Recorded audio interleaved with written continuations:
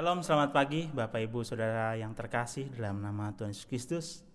Saya percaya bahwa hari ini saudara tetap diberkati oleh Tuhan dimanapun kita berada di rumah masing-masing. Saya yakin kasih dan penyertaan Tuhan selalu menyertai Bapak Ibu Saudara sekalian. Mari kita mempersiapkan hati dan pikiran kita. Kita akan masuk dalam ibadah raya pada tanggal 17 Mei saat ini. Kita sama-sama boleh menaikkan keagungan kita kepada Tuhan.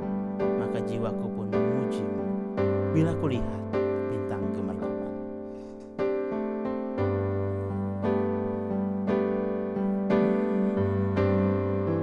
Sama-sama naik pujian. Bila kulihat bintang gemerlapan dan bunyi gurihku ya Tuhanku, tak putus aku heran melihat ciptaanmu yang besar. Kita akan maka jiwaku pun memuji-Mu, sungguh besar Kau Allahku.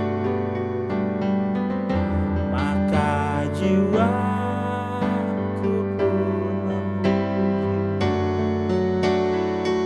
sungguh besar Kau Allahku.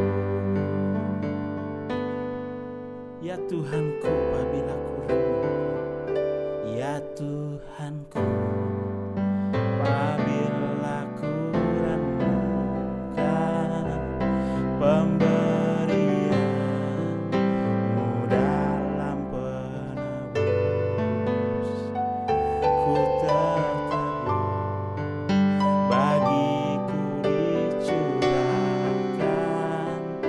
oleh Putra-Mu darahnya kudus.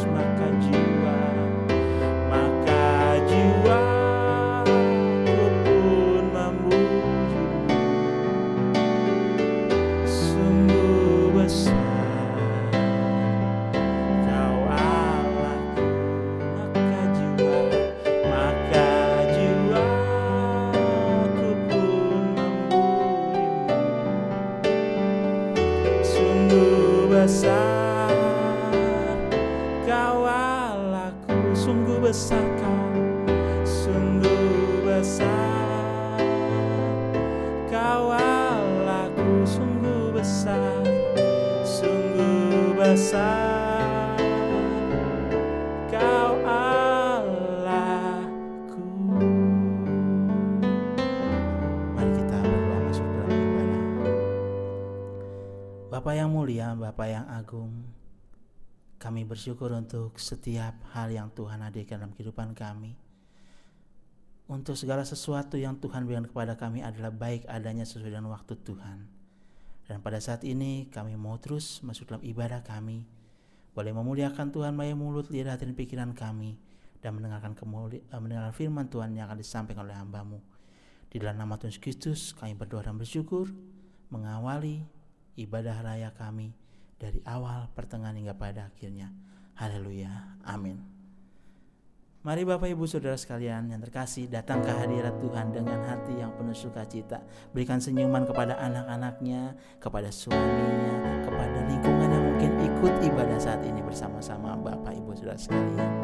Datang ke hadirat Tuhan dengan hati yang penuh sukacita.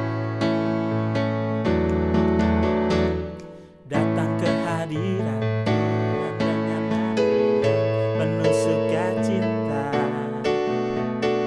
Datang ke hadirat Tuhan dengan senyum dan muka yang gembira.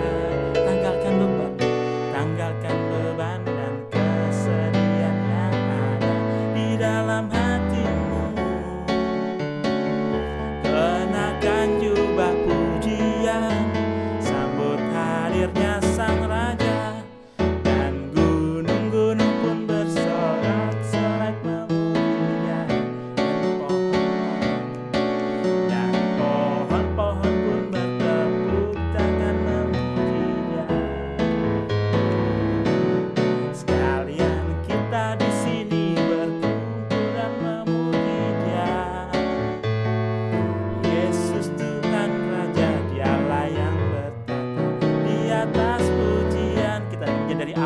datang ke hadirat, datang ke hadirat Tuhan dengan hati yang penuh sukacita. Ayo Bapak Ibu, mana senyumnya? Datang ke hadirat Tuhan dengan senyum dan muka yang gembira. Tanggalkan beban dan kesedihan yang ada di dalam hatimu.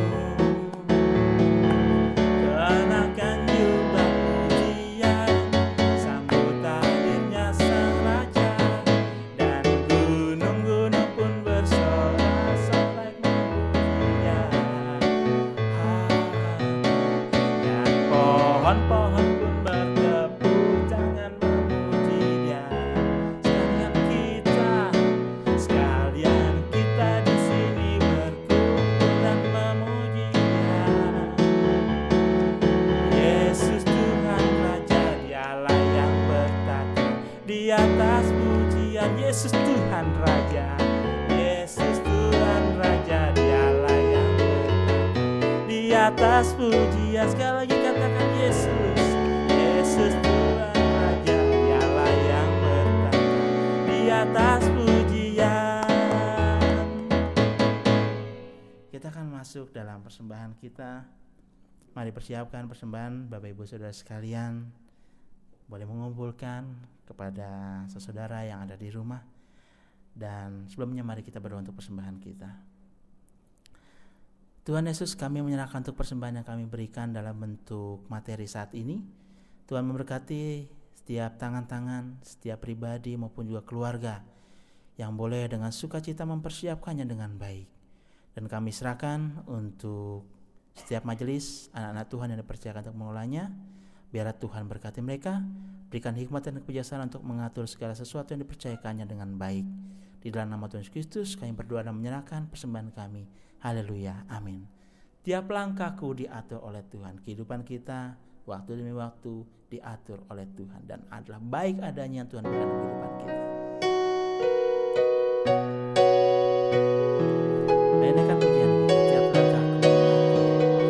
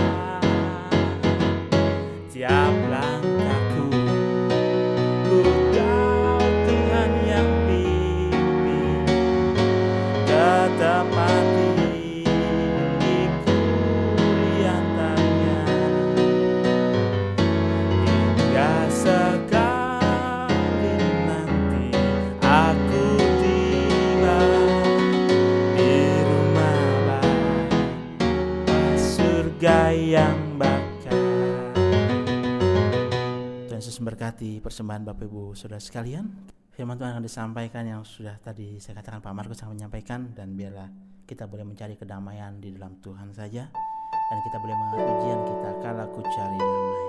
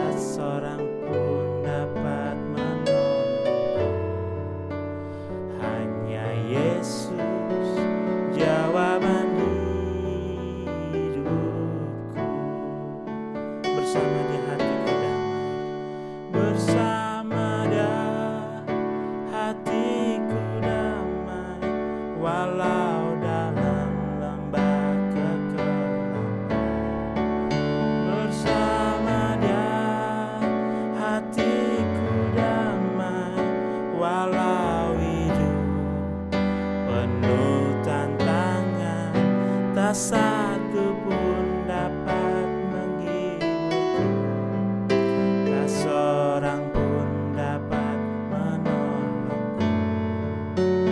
Hanya Yesus jawaban hidupku, bersama Dia hatiku damai, bersama Dia hatiku damai, walau dalam lembah kekelaman. Bersama Dia hatiku tenang, walau hidup penuh tantangan, tak satu pun dapat menghiburku, tak seorang pun dapat menolongku. Hanya Yesus jawaban hidupku, hanya Yesus jawaban hidup kita. Hanya Yesus jawaban hidupku.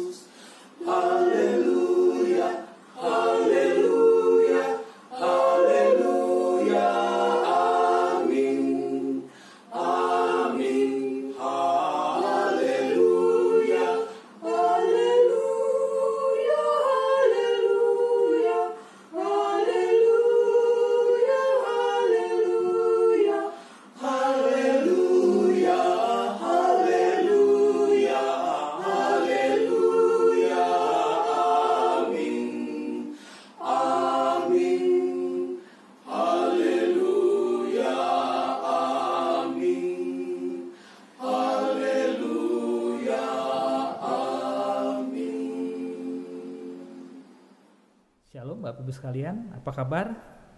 Semoga Bapak Ibu dan saudara sekalian dalam keadaan sehat dan tetap ceria walaupun sudah lama di rumah, mungkin juga sudah bosan melihat yang itu lagi, melihat suami, istri, anak-anak, tapi kita bersyukur karena ini adalah kesempatan yang langka ya, Bapak Ibu tidak akan mengalaminya lagi mungkin di hari yang akan datang. Baik, ini kesempatan yang baik bagi saya untuk menyampaikan firman Tuhan. Kesempatan ini saya akan diberi kesempatan untuk menyampaikan tema dari sinode yang diberi judul Trilogi Roh Kudus yang diambil dari Kisah Para Rasul 1 ayat 1 sampai 11. Sebelum itu kita mulai dalam doa dan saya undang Bapak Ibu untuk bangkit berdiri.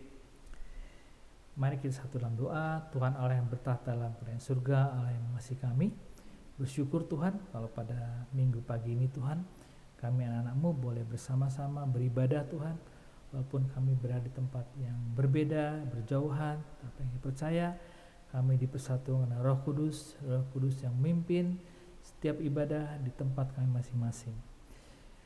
Hamba-Mu yang akan menyampaikan kebenaran firman-Mu Tuhan, pimpin Tuhan, karena hamba tidak mampu, biar Roh Kudus sendiri yang memampukan kami agar firman yang akan dibagikan boleh dengan mudah diterima oleh jemaat dan boleh diterapkan dalam kehidupan sehari-hari. Tuhan, Kami mau serahkan ibadah ini dari awal hingga akhirnya dalam tangan pengasih-Mu. Dalam nama Yesus kami asal doa dan sembahyang kami. Amin. Sekali lagi shalom Bapak Ibu, silakan duduk. Tadi kita sudah mendengarkan core yang dibawakan oleh Bapak Harianja, itu boleh menguatkan kita.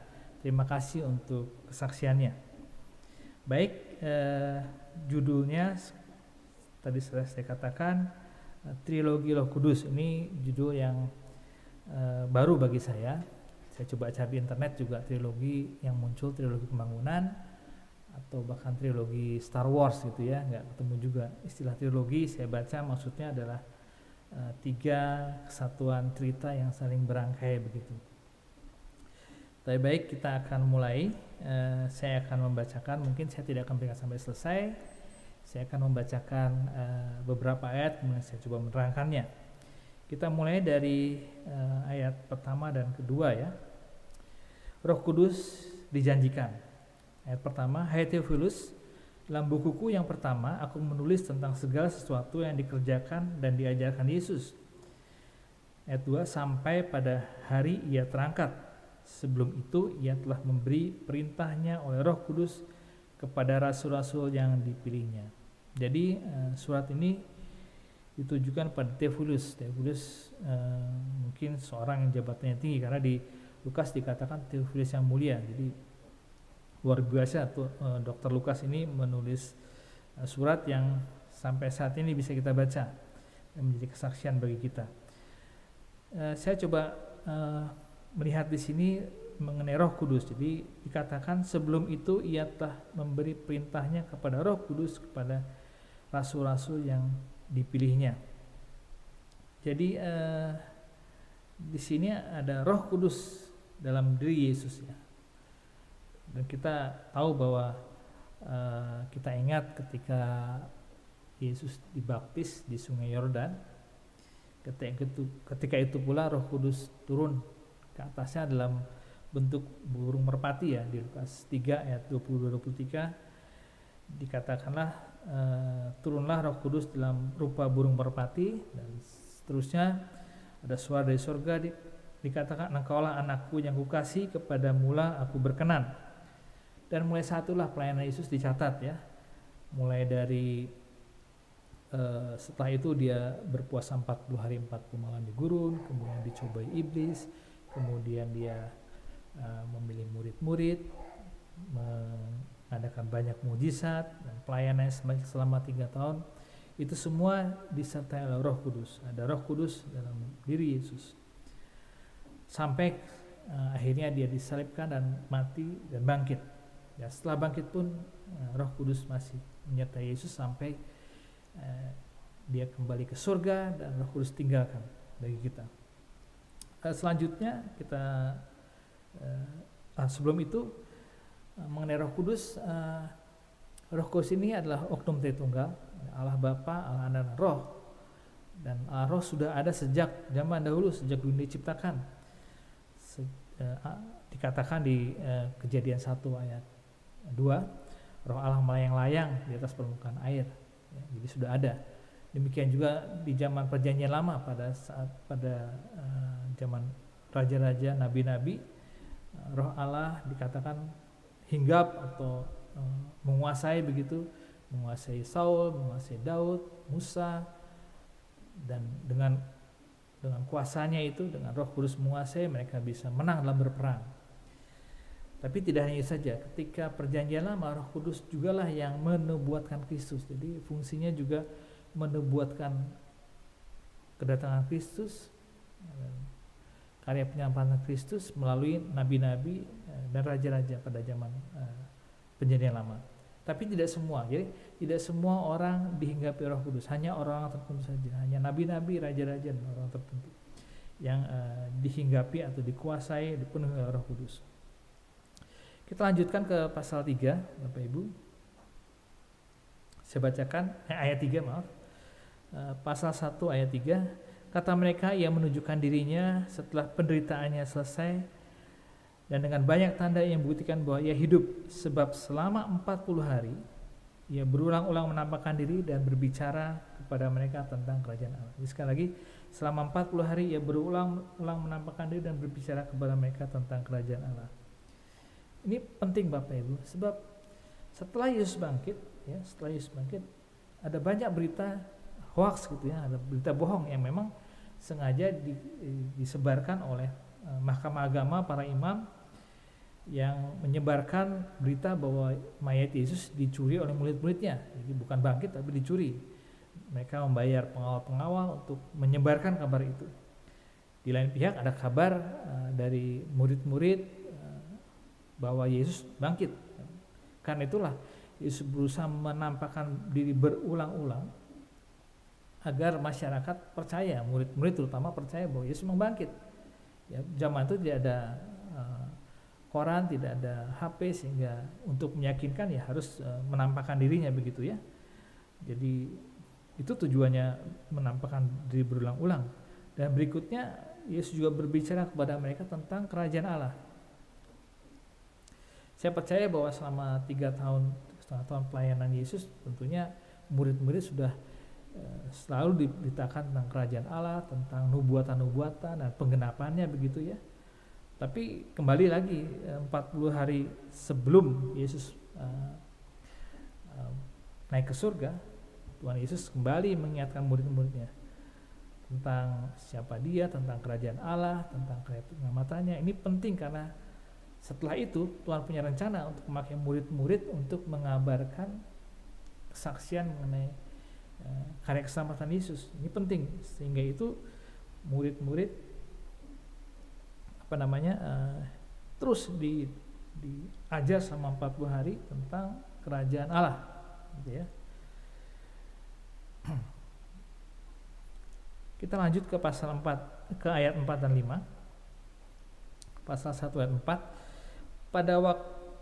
Pada suatu hari ketika ia makan bersama-sama dengan mereka, ia melarang mereka meninggalkan Yerusalem dan menyuruh mereka tinggal di situ menantikan janji Bapa, yang demikian katanya, telah kamu mendengar daripadaku, sebab Yohanes membaptis dengan air, tapi tidak lama lagi kamu akan dibaptis dengan Roh Kudus. Jadi di sini Yesus di ayat ini Yesus menubuatkan tentang pencurahan Roh Kudus di hari Pentakosta kepada murid-muridnya. Kita tidak akan membacakan ayat dan pasal yang berkaitan dengan Pentakosta, tapi sebenarnya tema ini mencakup juga tentang pencurahan Roh Kudus. Jadi dikatakan bahwa kamu akan dibaptis dengan Roh Kudus. Tapi sebenarnya di sini memang murid-murid. Tapi apakah hanya murid-murid saja yang dibaptis dengan Roh Kudus? Tidak. Sebenarnya ini juga berlaku bagi kita semua. Ya, kalau kita ada kesempatan baca di Kisah 2 ayat 17, saya coba bacakan ya. Kisah para Rasul 2 ayat 17. Nah, ini Petrus berkhotbah setelah dia menerima pencurahan Roh Kudus, kemudian berkhotbah. Ini salah satu bagiannya, dikatakan akan terjadi pada hari-hari terakhir, demikian firman Allah, bahwa aku akan mencurahkan rohku ke atas semua manusia, maka anak-anakmu laki-laki dan perempuan akan bernubuat, dan teruna-terunamu akan mendapat penglihatan-penglihatan, dan orang-orangmu yang tua akan melihat mimpi, dan seterusnya. Jadi sini katakan bahwa di ayat 17, aku akan mencurahkan rohku kepada semua orang. Jadi jelas Petrus sendiri yang mengatakan bahwa Tuhan akan mencurahkan Roh Kudus kepada semua orang. Jadi termasuk kepada kita semua. Tentunya ada syarat dan ketentuan, ya tidak semua orang begitu saja, tapi kepada mereka yang percaya pada Yesus sebagai Tuhan dan Juru Selamat. Ya. Kita lanjut ke pasal 6 dan 7. Yesus terangkat ke surga. Maka bertanyalah mereka yang berkumpul di situ, Tuhan, maukah engkau pada masa ini memulihkan kerajaan bagi Israel? Jawabnya, engkau tidak perlu mengetahui masa dan waktu yang ditetapkan Bapa menurut kuasanya. Jadi lihat di sini murid-murid masih juga memikirkan kerajaan Israel, ya. Menanyakan setidaknya, maukah Tuhan, mengharapkan Tuhan memulihkan kerajaan Israel? Tuhan jawab, nggak usah urusin lah, itu urusan Tuhan begitu ya. Dan kenyataannya memang Israel, negara Israel baru terbentuk, ada yang tahu tahun berapa? Tahun 1948. Jadi hampir 2000 tahun kemudian baru tergenapi itu ya, kerajaan Israel berdiri. Memang fokus Tuhan, visi Tuhan adalah menyelamatkan umat manusia. Langkah pertama Yesus turun ke dunia, mati di kayu salib dan dibangkitkan. Itu langkah pertama. Ya, langkah berikutnya kebenaran itu disebarkan ke seluruh dunia, seluruh manusia gitu ya. Kalau pada saat itu murid-muridnya diam saja, tentunya tidak ada Paulus yang mengejar-ngejar, Paulus yang kemudian bertobat, tidak ada Paulus yang ke Eropa, dan tidak ada mungkin Nomensen yang ke Tanah Batak ya. Kita semua tidak diselamatkan. Jadi keselamatan itu diawali oleh karya penyerapan Yesus, dan kemudian kita dipakai untuk menyebarkannya ya. Jadi fokusnya seperti itu. Memang kita sendiri terkadang tidak fokus ya. Kadang-kadang kita berdoa, Tuhan kapan pulihkan perusahaan saya, kapan pulihkan keluarga saya, kapan keluarga sejahtera. Sering kita berdoa, tidak salah Bapak Ibu, karena memang kita punya Tuhan yang akan menjawab setiap doa. Tapi seharusnya fokus kita bukan ke situ. Itu sampingan begitu ya. Fokus kita ada dalam visi Tuhan, rencana Tuhan untuk menyelamatkan dunia, dan seperti itu Bapak Ibu ya. Kemudian kita coba teruskan ke ayat 8. Ini ayat kunci, ayat hafalan kita. Tapi kamu akan menerima kuasa kalau Roh Kudus turun ke atas kamu, dan kamu akan menjadi saksiku di Yerusalem dan di seluruh Yudea dan Samaria dan sampai ke ujung bumi.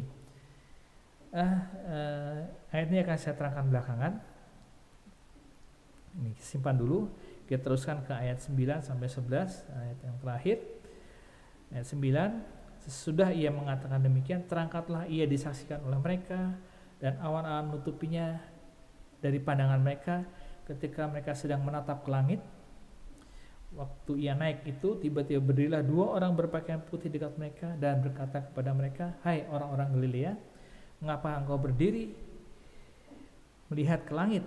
Yesus ini yang terangkat ke surga meninggalkan kamu akan datang kembali dengan cara yang sama seperti kamu melihat dia naik ke surga." Bapak Ibu sekalian, coba Bapak Ibu bayangkan Bapak Ibu ada di sana pada saat itu bisa melihat Yesus naik ke surga. Itu saya rasa suatu pertunjukan yang spektakuler ya pada zaman itu ya. Mungkin seperti penutupan Asian Games dengan kembang apinya, untuk mencoba untuk orang untuk mengingatkan momen itu ya. Dan saya rasa ini juga momen puncak begitu. Setelah 40 hari Yesus mengajari murid-muridnya, mendrill, mengingatkan, memberi kesaksian, dan diakhiri dengan Yesus naik ke surga. Saya rasa ini membuat murid-muridnya yakin 100% bahwa Yesus adalah Tuhan dan Raja dan Juru Selamat ya. Dan itu menguatkan mereka. Ini penting karena selanjutnya mereka bertugas untuk menyaksikan siapa Yesus kepada orang-orang lain, gitu ya. Kita kembali ke ayat 8. Jadi kita yakin bahwa murid-murid sudah akan percaya 100%, dan inilah perintah Tuhan. Tapi kamu akan menerima kuasa kalau Roh Kudus turun ke atas kamu, dan kamu menjadi saksiku di Yerusalem dan di seluruh Yudea dan Samaria dan sampai ke ujung bumi. Pak Ibu, inilah perintah Yesus setelah dibangkitkan. Yesus dalam kasih sebagai Raja, karena dia sudah menang dari maut dan dialah Raja. Ya, coba saya analogikan dengan perintah seorang atasan kepada anak buah. Ya. Atasan memerintahkan anak buah untuk suatu desa atau suatu tempat yang mungkin jauh atau terpencil, mungkin untuk survei atau mungkin mengaudit suatu perusahaan atau apapun juga dengan tujuan tertentu. Tentunya si bos ini atau si pimpinan ini akan melengkapi anak buahnya dengan hal yang diperlukan. Apakah itu laptop, mungkin surat keterangan yang paling penting bahwa orang ini memang ditugaskan untuk melakukan kegiatan tersebut. Kemudian juga dengan staf-staf memang kalau memerlukan pembantu, perbekalan, mobil dan sebagainya, Bapak Ibu ya. Karena tujuannya adalah agar agar pekerjaan sukses. Demikian juga Tuhan dalam mewujudkan visi Tuhan untuk manusia berdosa, dan Tuhan tahu bahwa ketika mengabarkan Injil keselamatan, yang dilawan adalah iblis yang punya berbagai kuasa ya, juga punya kuasa, dan iblis dalam berbagai bentuk manifestasi, baik itu orang-orang yang memang jahat, atau juga paham-paham duniawi, atau sekarang mungkin materialisme atau hal-hal lain yang berlawanan dengan pemberitaan Injil gitu ya. Jadi tidak mudah. Di Perjanjian Lama Tuhan, kita bisa melihat bahwa Tuhan berulang kali dikhianati gitu, dikecewakan oleh bangsa Israel. Walaupun mereka melihat karya Tuhan, keajaiban, mujizat Tuhan, tapi setelah hidup enak, kemudian mereka kembali ke penyembahan berhala. Kemudian Tuhan menghukum mereka dengan dijajah oleh bangsa lain, mereka menderita, memohon pada Tuhan, kembali lagi, dan demikian seterusnya. Jadi manusia ini memang lemah, seringkali jatuh, seringkali lupa akan hal-hal baik yang sudah Tuhan lakukan dalam kehidupannya. Tuhan tahu manusia lemah di Perjanjian Lama. Karena itu perlu kuasa untuk melawan si iblis ini. Nggak cukup kuasa malaikat, nggak cukup. Harus kuasa Allah, kuasa Roh Kudus. Itulah yang Tuhan berikan. Roh Kudus diberikan kepada manusia, dan Roh Kudus itu yang membuat manusia berkuasa untuk bersaksi begitu. Ya. Kita coba alat yang paralel dengan kisah Rasul ini di Markus 16 ayat 15 dan seterusnya. Saya coba bacakan ya. Lalu ia berkata kepada mereka, pergilah ke seluruh dunia, beritakanlah Injil kepada segala makhluk. Siapa yang percaya dan dibaptis akan diselamatkan, tapi siapa yang tidak percaya akan dihukum. Tanda-tanda ini akan menyertai orang-orang yang percaya. Mereka akan mengusir setan demi namaku, mereka akan berbicara dalam bahasa-bahasa yang baru bagi mereka. Mereka akan memegang ular, dan sekalipun mereka minum racun maut, mereka tidak akan mendapat celaka. Mereka akan meletakkan tangannya di atas orang sakit, dan orang itu akan sembuh. Ya, ini semua kuasa-kuasa yang dibutuhkan pada saat itu ya, pada saat rasul-rasul, pada saat Paulus juga mengabarkan Injil. Ingat, Paulus pernah digigit ular di Malta, ular bludak, tapi dia tidak mati ya. Dan kita juga bisa melihat bahwa kuasa-kuasa ini juga diberikan kepada para murid-muridnya.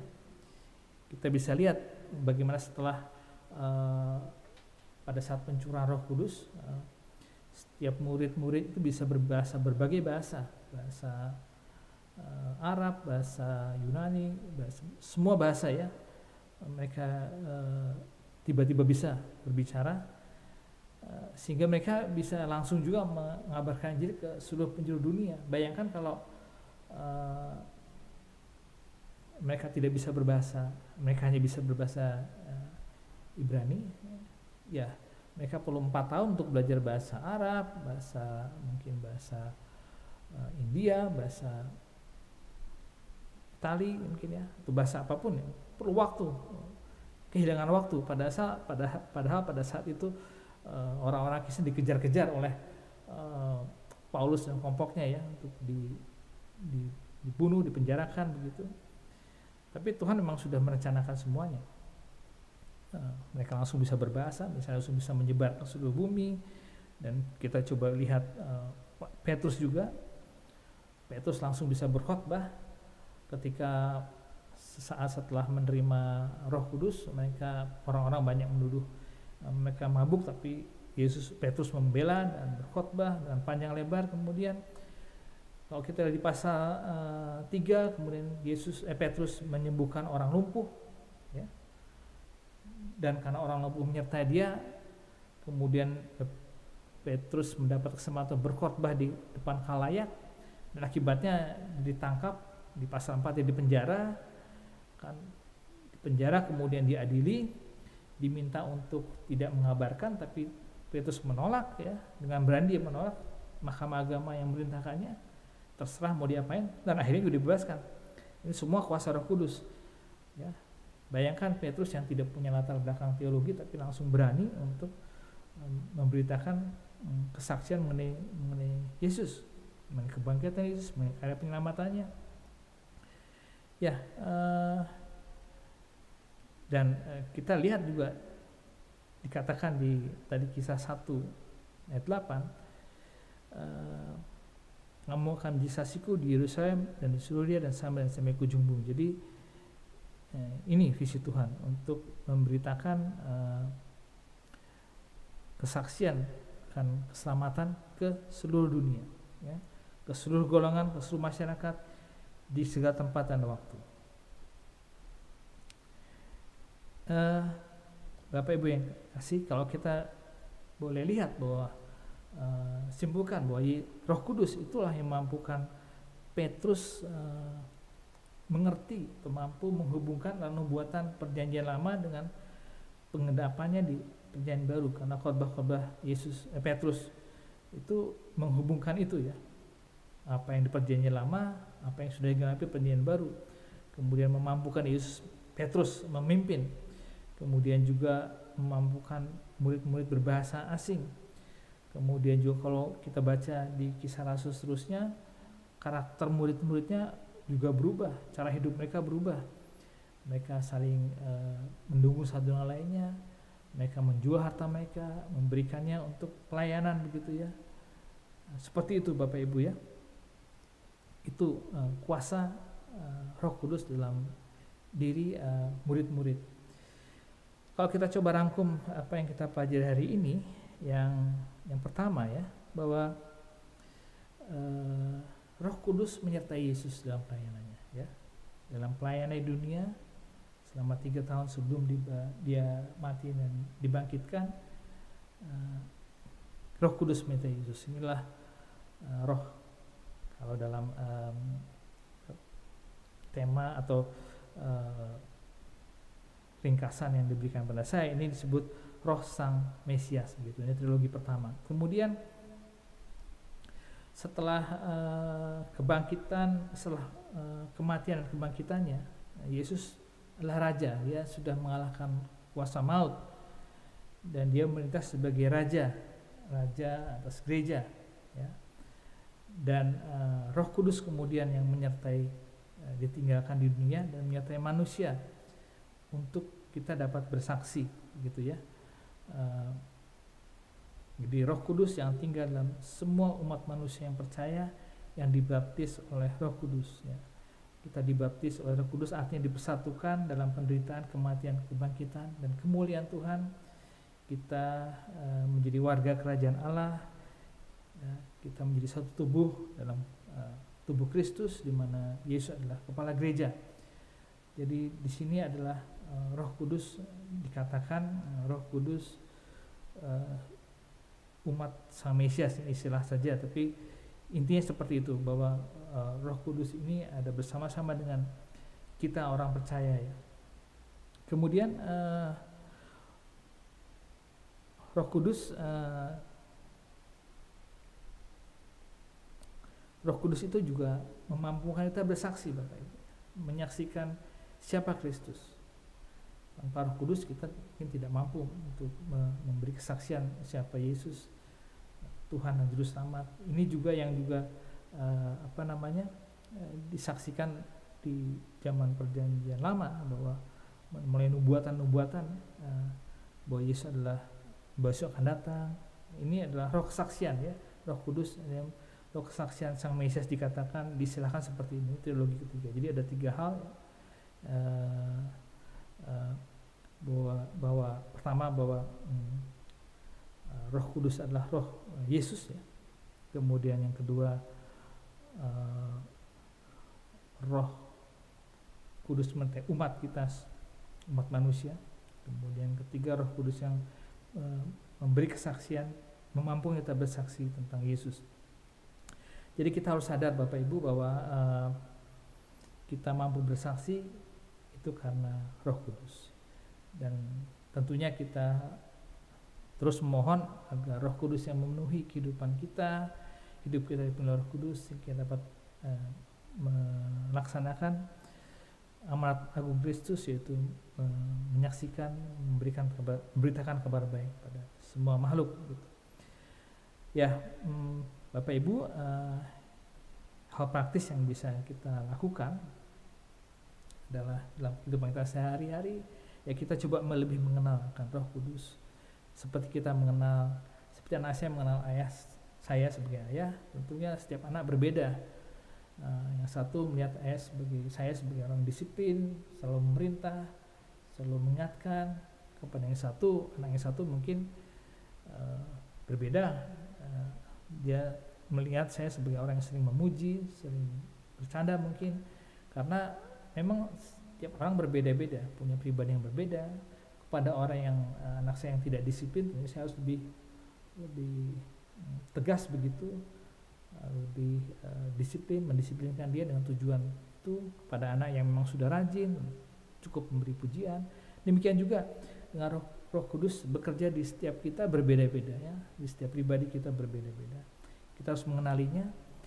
Mungkin ada satu orang dia berbicara jelas, pada orang lain begitu ya, samar-samar begitu ya, karena mungkin sifatnya sudah baik. Tapi itulah, kita harus mengenal Roh Kudus dengan lebih akrab lagi. Kan disitulah kunci kita menerima kuasa, untuk kuasa yang ditujukan bukan untuk pekerjaan kita, untuk mencari kekayaan, tapi kuasa untuk memberitakan kabar keselamatan gitu ya. Ya percayalah, kalau kita mencari dahulu kerajaan Allah dan kebenarannya, maka semuanya akan ditambahkan kepadamu. Kita berdoa agar Tuhan juga bukan pintu-pintu kita untuk kita boleh bersaksi ya. Mungkin kita berharap ada orang yang datang bertanya pada kita di kereta api atau di kantor atau dimanapun mengenai kehidupan sehari-hari kita, dan kita dengan mudah bisa menceritakan kesaksian hidup kita kepada mereka. Tentunya kesaksian bagaimana Yesus bekerja dalam hidup kita, bagaimana Yesus menyelamatkan, membuat hidup kita damai, dan seterusnya Bapak Ibu. Jadi seperti itu Bapak Ibu. Satu lagi, terkadang kita dalam menyampaikan kesaksian, kita ada batu sandungan, mungkin keluarga kita, adik saya masih belum selamat, orang tua saya belum diselamatkan, saya berusaha fokus pada orang tua saya dulu sebelum ke tempat lain. Tidak Bapak Ibu, jangan seperti itu, karena Tuhan perintahkan Yerusalem, dan bukan mulai dari Yerusalem kemudian ke Yudea, kemudian tidak.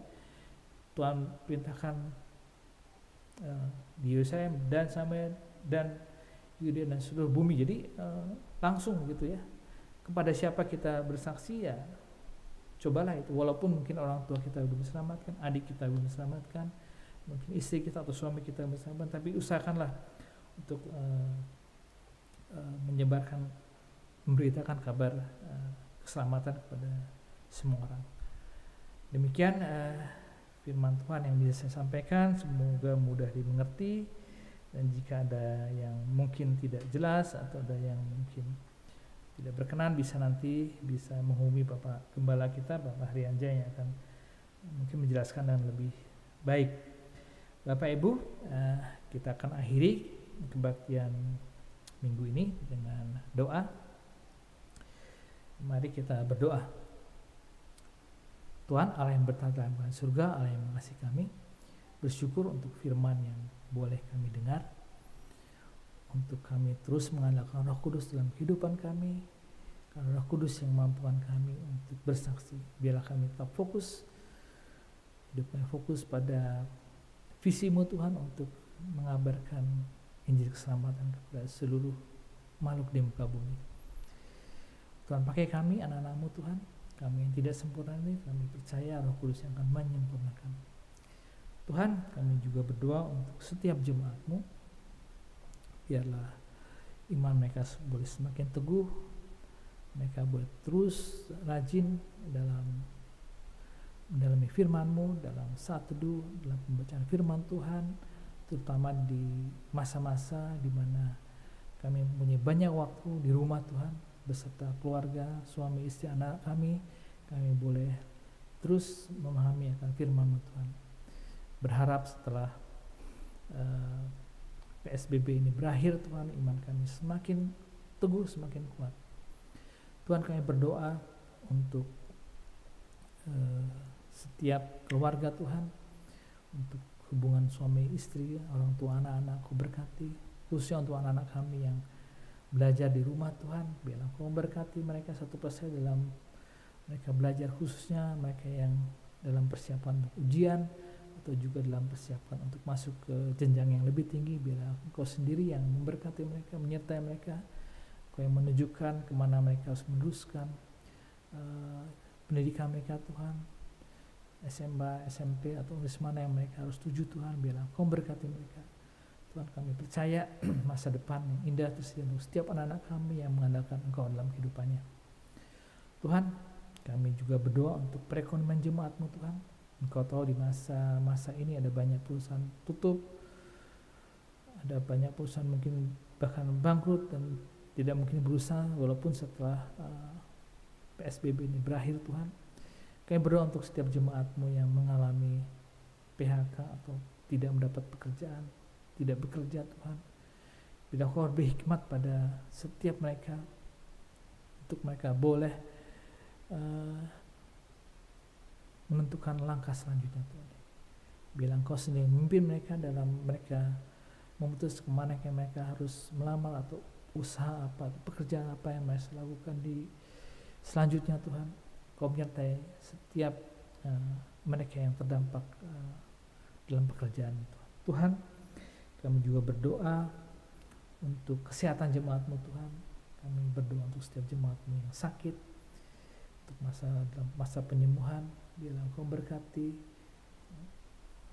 mereka, Engkau angkat setiap penyakitnya, sembuhkan mereka Tuhan. Melalui kesembuhan, iman mereka semakin kuat, dan kesembuhan boleh menjadi kesaksian hidup yang boleh mereka ceritakan kepada orang-orang di sekitar mereka Tuhan. Kami juga berdoa untuk setiap pergumulan lainnya Tuhan, baik itu masalah pekerjaan, keinginan untuk mulai pekerjaan, mulai jodoh, mulai anak, keinginan untuk bebas dari hutang atau apapun juga Tuhan, kerinduan-kerinduan atau pergumulan-pergumulan yang mungkin berat yang tidak dapat dikemukakan di depan jemaat-Mu. Biarlah Engkau yang tahu setiap pergumulan jemaat-Mu. Biarlah Engkau tambahkan iman dalam mereka, bahwa mereka Tuhan berharap padamu saja dan percaya bahwa rencana-Mu indah dan Engkau akan jawab setiap pergumulan dan tantangan permasalahan yang mereka hadapi. Tuhan, kami mau berdoa untuk setiap untuk Bapak Haryanja beserta keluarga, juga Mas Wahyu dan istri, juga Bu Ruth, juga Pak Daud yang dengan sepenuh waktu mereka melayani gereja kami. Biarlah berkat melimpah atas mereka. Engkau terus berkati mereka dengan berkat-Mu Tuhan. Engkau menjaga kesehatan mereka, Engkau menjawab setiap pergumulan mereka yang hadapi Tuhan dalam pelayanan ini Tuhan. Juga untuk setiap majelis dan setiap komisi yang telah Kau percayakan untuk melayani di gereja-Mu ini, Kau berkati mereka dalam mereka bekerja dalam keluarga dan terlebih dalam pelayanan di gereja. Mereka boleh lebih maksimal, mereka boleh lebih bersungguh-sungguh dan sukacita dalam mereka dalam pelayanan ini Tuhan. Kami juga berdoa untuk pembangunan gereja kami, bersyukur kalau pembangunan ini boleh kembali berlangsung Tuhan, dan kami mau percayakan proses selanjutnya ke dalam tangan-Mu saja Tuhan. Untuk setiap dana yang dibutuhkan, untuk perizinan yang belum kami peroleh, biarlah Engkau beracara sehingga izin IMB boleh kami dapatkan. Kami berdoa untuk pemerintah kami yang sedang mungkin bergumul dalam memutuskan apakah PSBB akan berlanjut atau tidak Tuhan, karena dampak terhadap perekonomian yang begitu besar. Tapi di lain pihak juga harus menjaga kesehatan masyarakat Tuhan. Biarlah hikmat-Mu menyertai para pimpinan untuk boleh memutuskan dengan tepat dan benar, sehingga rakyat boleh tetap sehat dan tetap boleh bekerja pada waktunya Tuhan. Tuhan, terima kasih. Berkati juga setiap orang yang terdampak atau mengalami virus corona Tuhan. Kau sembuhkan mereka Tuhan.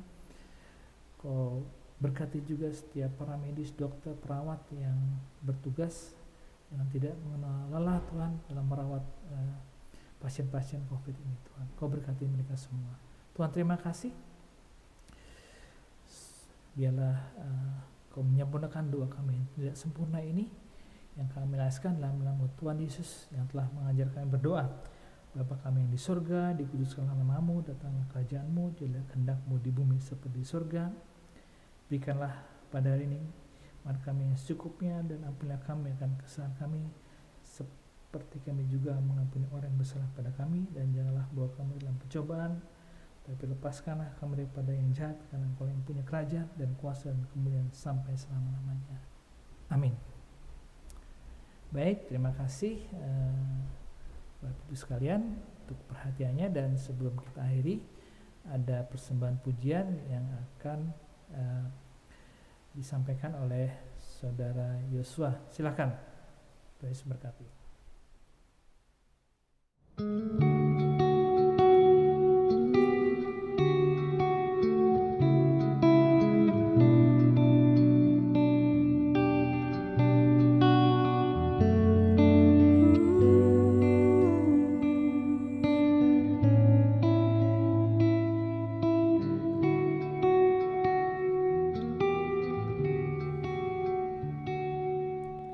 Kemanapun ku dapat pergi, menjauhi Roh-Mu yang suci, Kau sahabat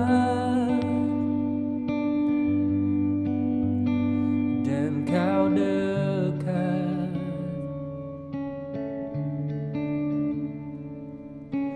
Bahkan seluruh pengabdianku tak bisa membalas kesetiaan-Mu, sungguh mulia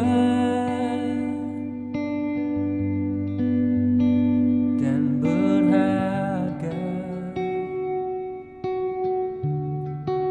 Sungguh besar pengorbanan-Mu bagiku, terlalu dalam untuk dimengerti. Sungguh besar, sungguh indah yang Kau pikirkan tentangku, tak terselami bagiku. Sungguh indah,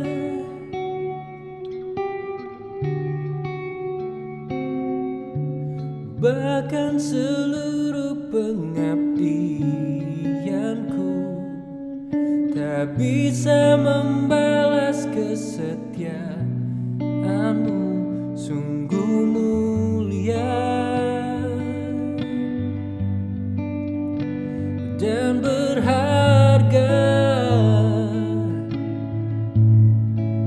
Sungguh besar pengorbanan-Mu bagiku, terlalu dalam untuk dimengerti.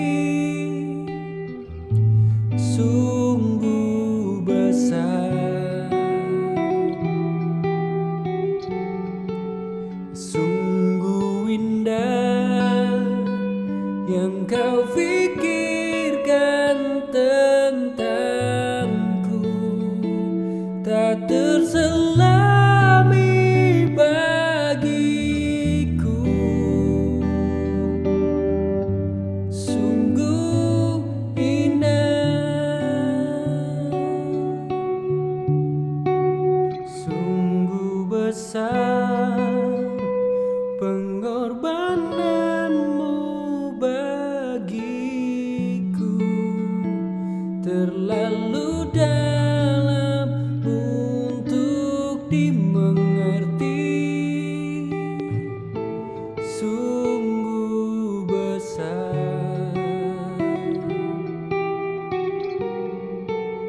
Sungguh indah yang kau pikirkan tentangku,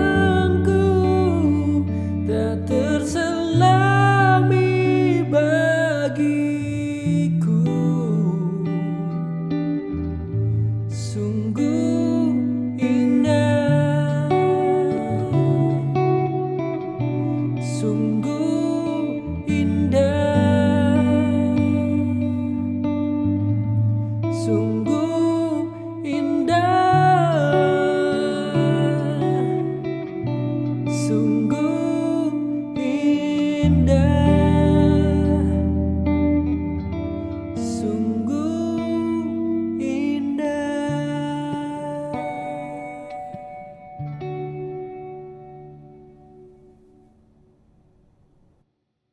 Baik, saya mengajak jemaat bangkit berdiri bersama-sama. Kita akan mengakhiri ibadah kita pada saat ini.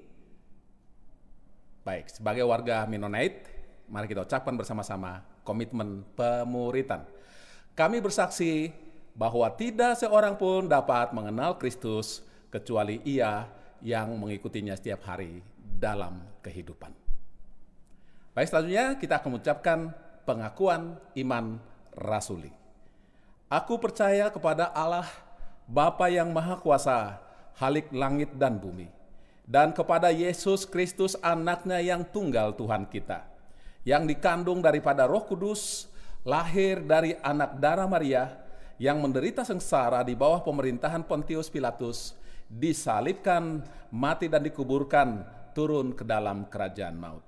Pada hari yang ketiga bangkit pula dari antara orang mati, naik ke sorga, duduk sebelah kanan Allah, Bapa yang Maha Kuasa.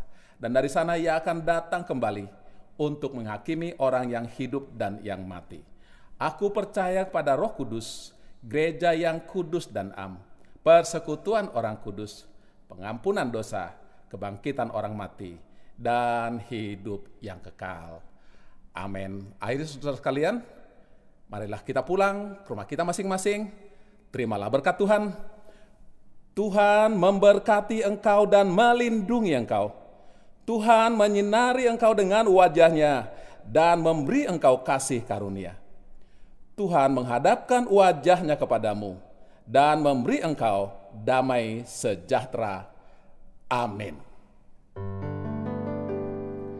Kepada Allah beri puji, semua makhluk di bumi, padanya ku beri pujian, Bapa, Anak,